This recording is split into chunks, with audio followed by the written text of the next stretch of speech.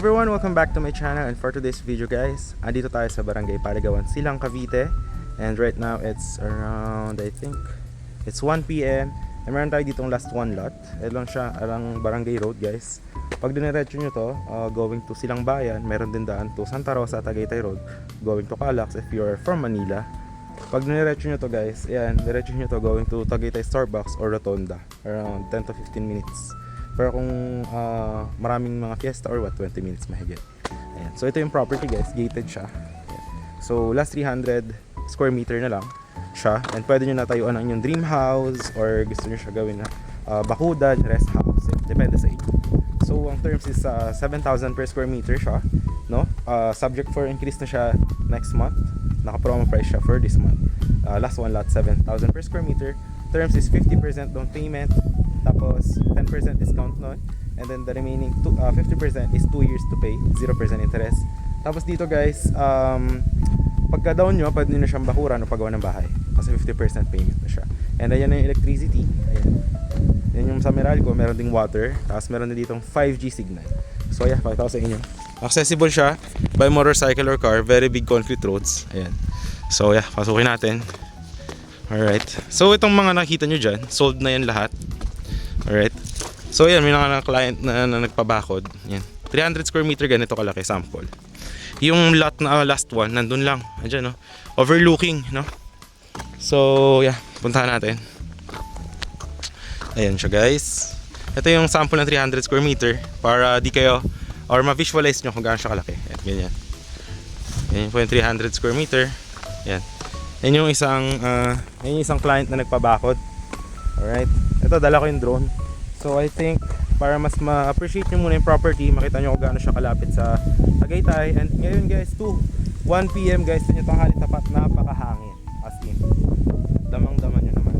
At hindi pa to yung tawag nito, bare months. This is summertime pa. So yan. Ito yung guardhouse. Alright. So diretso tayo dito.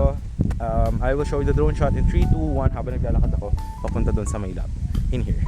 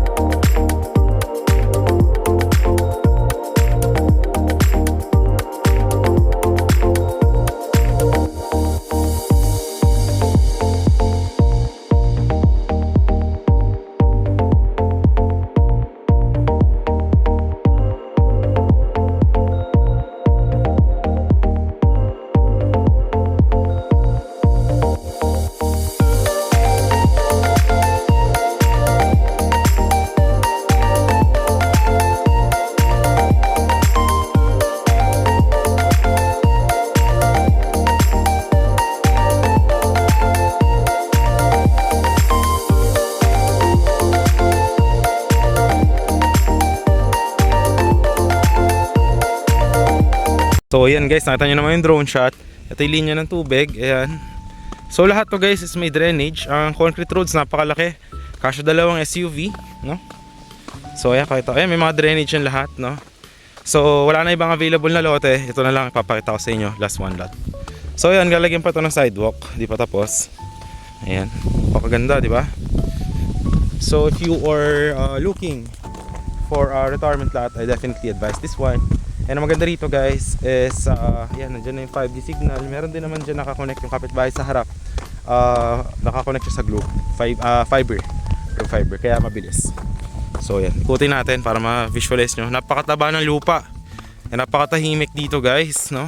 Hey guys, so nandito na tayo ngayon sa may 300 square meter na lot. So ayan siya guys, ayan. So ito, ililinisin na lang din yung mga damo dyan. Ito siya, alright. So yan, na mine-maintain naman po itong property. Sadyang mataba lang yung lupa at nagbagyo ng ilang linggo nang nakaraan. Kaya tumaas yung mga damo. Pero ito, lalagyan pa dito ng sidewalk. The frontage of this one, may muhon na to. Hindi ko lang makita dito. Pero ito na siya, may muhon yan dyan eh. Nakabaon yan dyan. Hanggang doon sa may dulo, no? Hanggang dito. So, ang frontage niya, ito yung kalsada. Starting there, nandyan yung muhon niya eh. Hindi ko lang mahanap. Pero pwede ko palinis yan para makita yung muhon. Nandyan. Going to here. Hanggang dito.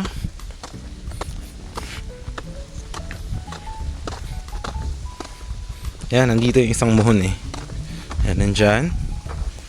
Alright. Ayan, hanggang dito. Okay.